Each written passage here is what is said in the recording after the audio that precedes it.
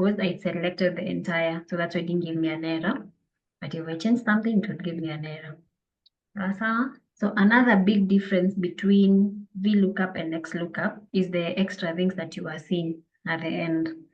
So let's say I come and say, I want to look at 0013. You can see how my errors look like. It's a not available. So because we don't have an entry 0013.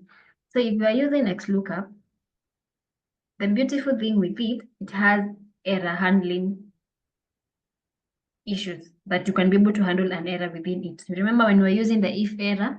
So for this one, I can just come and say, if not found, what should I say?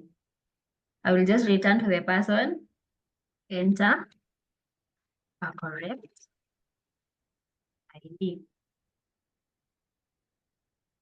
So something of the sort. So if I want all the errors to be the same, because now what you're entering is the ID, it will be the entire same way. So just come here, wrong ID.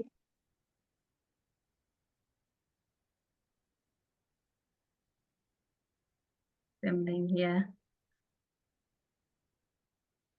ID, not found.